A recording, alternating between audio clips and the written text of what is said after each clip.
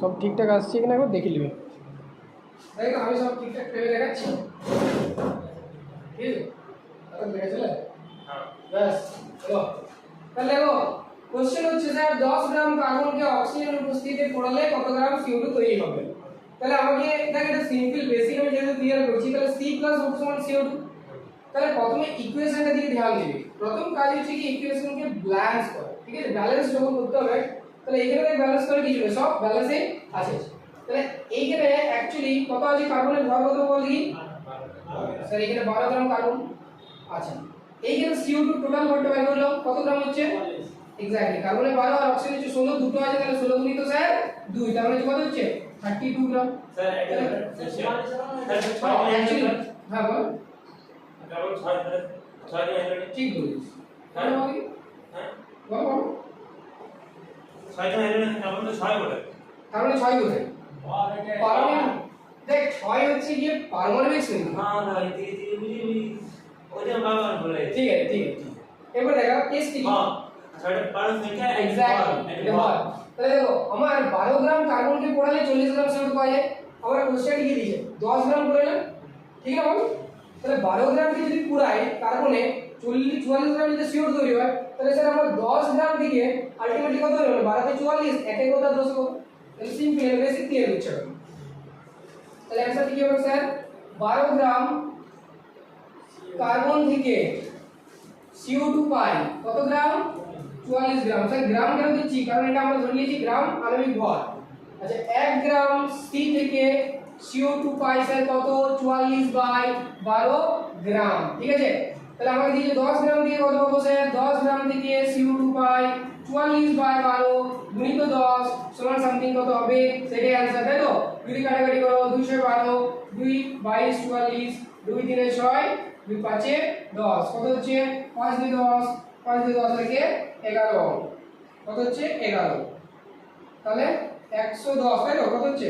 110/3, যেটা आंसर হবে সেটাই 33.34।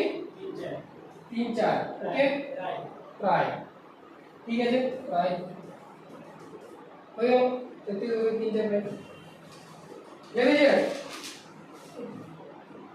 লিখে নাও নেক্সট আছে তারপর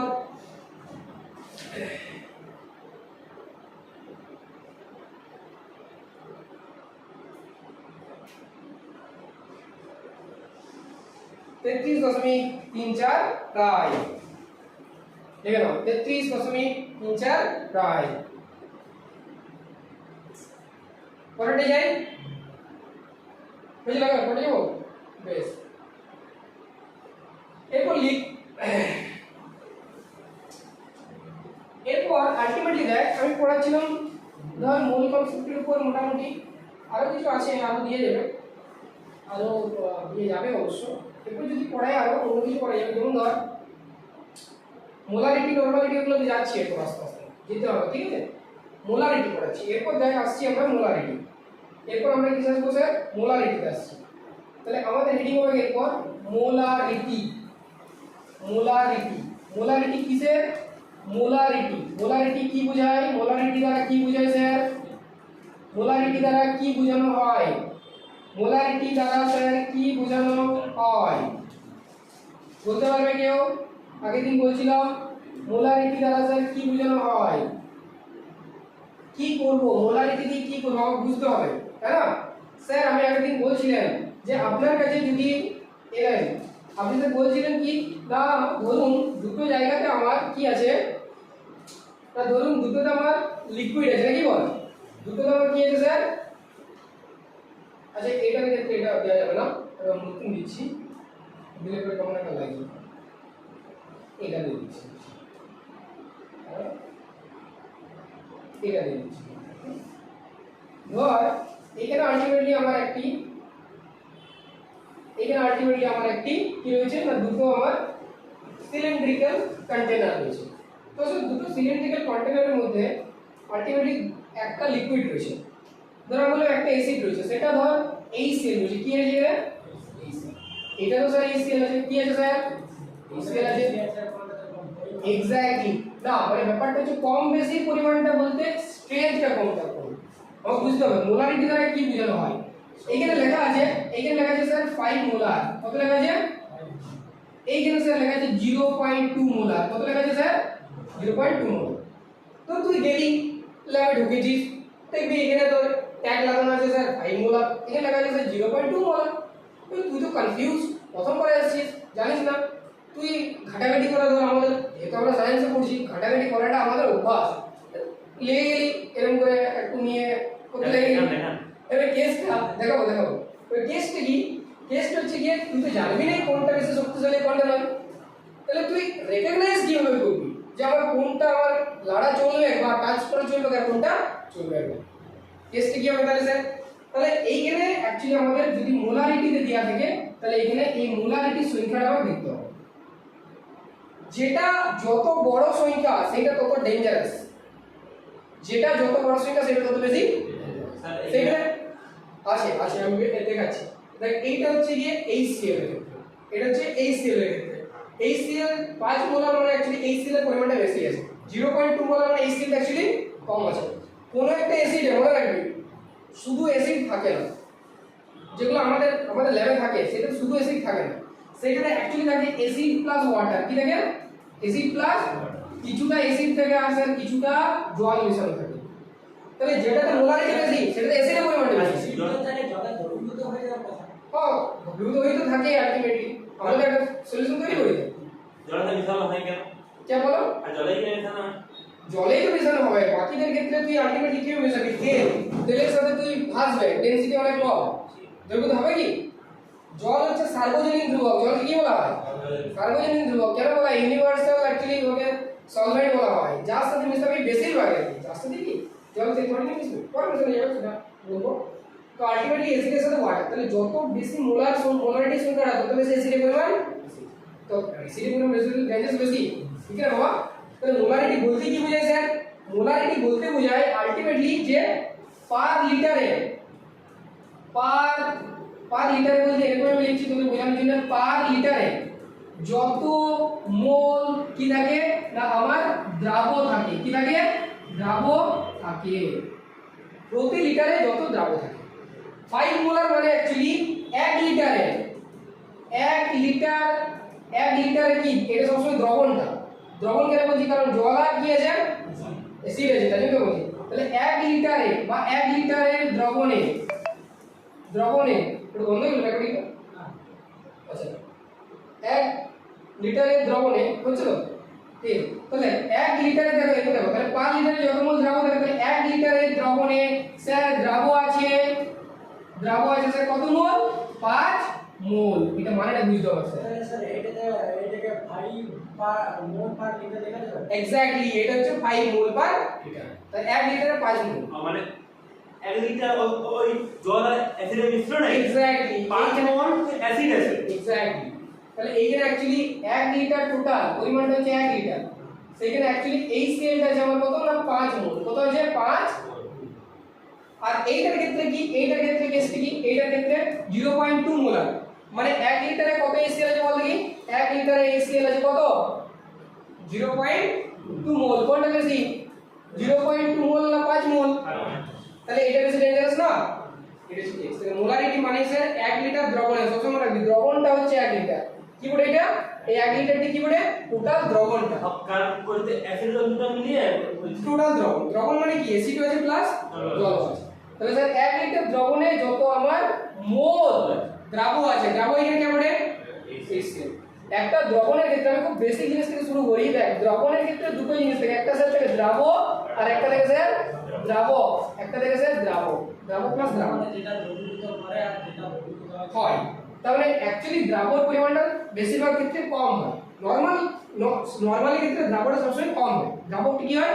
বেশি। যেমন যদি মনে কর একটা সুগার সলিউশন তৈরি করি, স্যার কি স্যার? একটা সুগার সলিউশন আমি তৈরি করলাম। সুগার সলিউশন মানে actually sugar plus water. Sugar কার সাথে দিই? Sugar plus water. আর সুগারটা সাথে দ্রাবক। সুগারটা হচ্ছে স্যার দ্রাবক, সুগারটা হচ্ছে দ্রাবক, যেটাকে আমরা বলি সলিউট, ইংরেজিতে বলি সলিউট। মানে দ্রাবকটাকে দ্রাবকে দ্রবীভূত করি। এক্স্যাক্ট। আর দ্রাবকের মধ্যে দেখ দ্রাবকটাকে বলি সলভেন্ট। কি বলি? সলভেন্ট। এটা বলা হচ্ছে দ্রাবক। আমরা যার পরিমাণটা বেশি সেটাই হচ্ছে দ্রাবক। ঠিক আছে দ্রাবক। তাহলে বেশিরভাগ ক্ষেত্রে তোমার জলটাই বেশি থাকে সব সময়, তাহলে জলটা দ্রাবক। আর এটা হচ্ছে চিনি, এটা হচ্ছে দ্রাবক।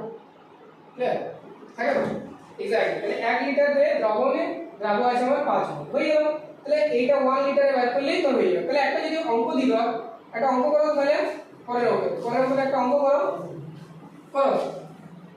দেখো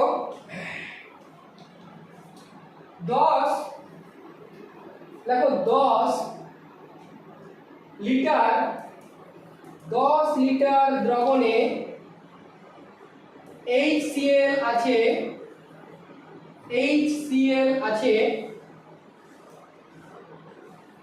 71 গ্রাম 71 কিসের গ্রাম দ্রবণের মোলারিটি কত দ্রবণের কিসের দ্রবণের মোলারিটি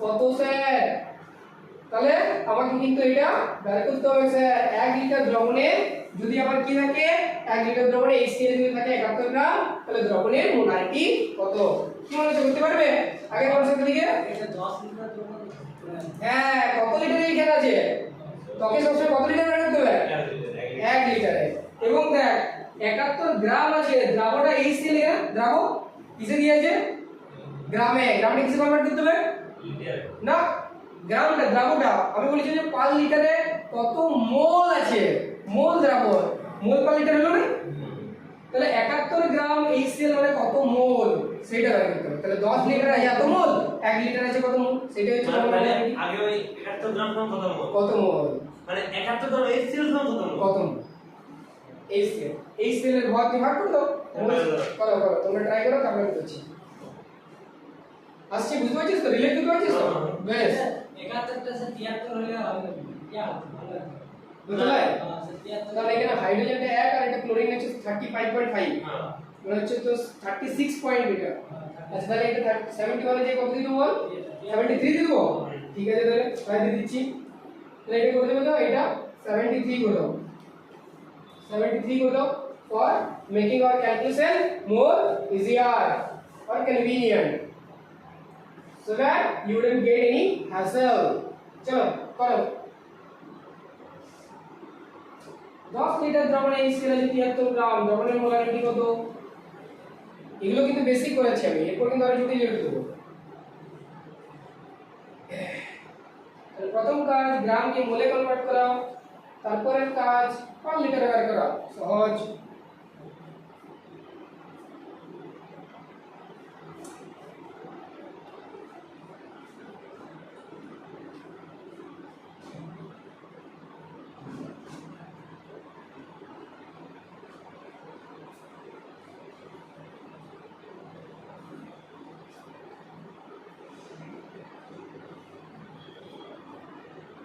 ক্যামেরা রেকর্ড হচ্ছে লাইভ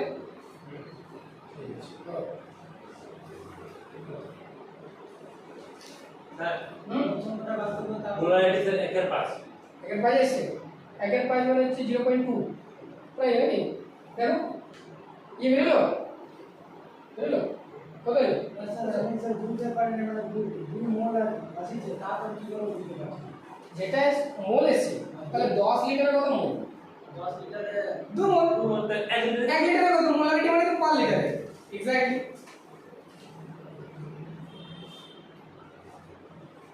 তাহলে স্যার 10 লিটার দ্রবণে HCl আছে HCl মানে আমি পাশে লিখে দিচ্ছি এটা কি বলে অ্যাকচুয়ালি দ্রাবক মানে সলিউট দ্রাবক আছে HCl আছে স্যার কত 73 গ্রাম অতএব স্যার 1 লিটার দ্রবণে HCl কত থাকবে 73 গ্রাম এটাকে অ্যাকচুয়ালি মোলে কনভার্ট করে দিও অ্যাকচুয়ালি মোলে কনভার্ট করে দিবে এটাকে কত মোল হ্যাঁ 73 গ্রাম সমানই হচ্ছে স্যার 73 বাই কত টোটাল HCl এর কত বল HCl এর হচ্ছে 1 প্লাস 35.5 তাহলে হচ্ছে 73 বাই হচ্ছে 36.5 হচ্ছে নাকি হ্যাঁ সমান হচ্ছে 2 মোল কত হচ্ছে ভাই তাহলে 1 লিটারে কত থাকবে 1 লিটারে থাকবে স্যার আমার 2 বাই 10 সমান হচ্ছে 1 বাই 5 মোল মানে হচ্ছে স্যার 0.2 মোল তাহলে দ্রবণটির মোলারিটি কত 0.2 মোল পার লিটার দ্রবণের মোলারিটি তাই না এটা হলো 0.2 তাহলে আমরা যদি বড় হাতের মোলারিটিকে সবসময় বড় হাতের ডিনোট করে মোলারিটি কি ডিনোট করে বড়তে m দিয়ে তাহলে 0.2 মোল 0.2 লিখে দেবেন মানে 0.1 মানে বুঝে যাবে যে 0.2 মোল পার লিটার। আগেটা যদি স্লাইডে যাই এখানে অ্যাকচুয়ালি মোলারিটি এখানে বুঝাচ্ছিল এখানে ফার্স্টে লিখে দিবি একটা কি না এটাকে বড়তে m দ্বারা বিভক্ত করে। এইগুলো সব কি দ্রবণের শক্তি মাত্রা কোনটা দ্রবণটা বেশি করবে। হ্যাঁ মোলারের কোনো সূত্র নেই। মোলারিটি হইতে সূত্র মোল পার লিটার কত মোল আছে প্রতি লিটার মোল যে বাই লিটার কেমন করে সূত্রটা দিতে পারবি সহজ। তাহলে টোটাল যদি মোলারিটি বের করিস যদি m বের করিস যদি তোকে বলতে বলে যে m সূত্রটা লিখতে হবে টেস্টটা বের করতে দেন আলটিমেটলি ধর তুই বললি স্যার আমার দ্রাবণটা আছে W1 গ্রাম দ্রাবণটা কত আছে যদি বলিস যে আমি সূত্র বের করব মোলারিটি প্র্যাকটিক্যাল বের করতে হবে ওটা মুছছি মোলারিটি বের করছে ধরি দ্রাব আছে কত না W1 গ্রাম ঠিক আছে ভাই দ্রাবের আণবিক ভরটা বের করলে আমি জানি ধর দ্রাবের আণবিক ভর কত হচ্ছে ধর M1 গ্রাম কত হচ্ছে M1 গ্রাম ঠিক আছে। তাহলে মোল সংখ্যা কত হবে মোল সংখ্যা যে W1 বাই M1 যত ভর দিয়ে আছে ভাই আমি ভর দিয়ে ভাগ করব W1 বাই M1 তাহলে অ্যাকচুয়ালি মোল সংখ্যা যদি হয় W বাই M1 তাহলে আমি ধরছি দ্রবণটা যে V লিটার দ্রবণটা কত আছে দ্রবণটা আছে V লিটার দ্রবণ আছে V লিটার আমার কি আছে দ্রবণ আছে। তাহলে স্যার V লিটারে দ্রবণে অ্যাকচুয়ালি দ্রাব আছে কত V লিটার দ্রবণে দ্রাব আছে কত না W1 বাই M1 মোল বলো কি না। তাহলে স্যার আমার কত লিটার বের করতে হবে 1 লিটার। তাহলে স্যার 1 লিটারে দ্রাব আছে কত W1 বাই M1 যেটা 1 লিটার হচ্ছে বাই V বাই কত বাই V সমান কত হচ্ছে W1 বাই M1 ইনটু হচ্ছে স্যার এটা তো পেয়ে গেল দেখতে হ্যাঁ আরেকবার বলবো বলে দিচ্ছি যে দ্রাবণে যে W1 গ্রাম অঙ্ক সূত্রে চলে নিউমেরিক্যাল করার জন্য দ্রাবণে যে W1 গ্রাম দ্রাবের আণবিক ভর হচ্ছে M1 গ্রাম তাহলে মোল সংখ্যা পাবো কি যেটা ভর দিয়েছে ভাই এটা W1 বাই M1 মোল সংখ্যা মানে কি যে ভরটা দিয়েছে ভাই ওর আণবিক ভর দিয়ে ভাগ করো তাহলে ধরে নিচ্ছি দ্রবণ আছে V লিটারে তাহলে V লিটার দ্রবণে আমার দ্রাব আছে W বাই M1 মোল হ্যাঁ তাহলে 1 লিটারে কত আছে W by M1 by V1 by V তাহলে এটা calculation W by M1 into V দেখ আগেরবারে সূত্রটা এইটা দিলো কিনা আগেরবারে W1 কত গ্রাম দিয়েছিল কত গ্রাম ছিল HCl 73 গ্রাম ছিল তাহলে W এখানে মোলারিটি বের করেছি M সমান হচ্ছে W1 by M1 into V তাহলে W1 টা ছিল 73 আর M1 মানে আণবিক ভর কত HCl 36.5 গ্রাম আছে ইনটু V টা কত দিয়েছিল কত লিটারে 10 লিটার আইয়া তাহলে এইটা ইনটু 2 5 10 তাহলে 1/5 হ্যাঁ বড়ে তাহলে এই সূত্রটা ধরে যাও কনসেপ্ট এত পেয়ে গেল তাহলে আমাদের অ্যাকচুয়ালি কনসেপ্ট বুঝে কি স্যার উত্তর এইভাবে আমরা কেমিস্ট্রিকে প্রত্যেক জায়গাতে অনুভব করতে হবে না ফিল করতে হবে কেমিস্ট্রি একটা জিনিস সেটা হচ্ছে ফিল করা সব সময় বলি মুখস্থ হলে হবে না মুখস্থ হলে হবে না। যেমন ধর আমার কাছে দু ধরনের অ্যাসিড আছে যদি তোকে দেখাই